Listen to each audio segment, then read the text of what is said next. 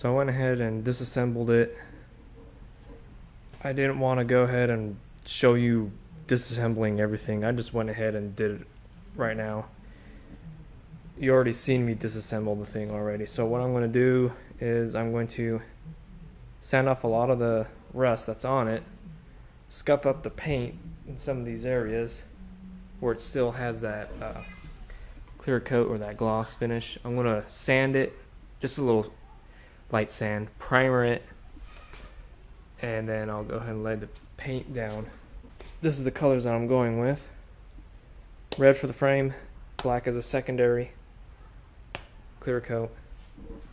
I'm also going to do the tires too. I'm also going to do the hardware too.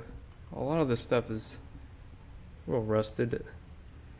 I'll just try to, like this piece, I'm going to try to use my wire brush on it. So I'll get the hardware done too.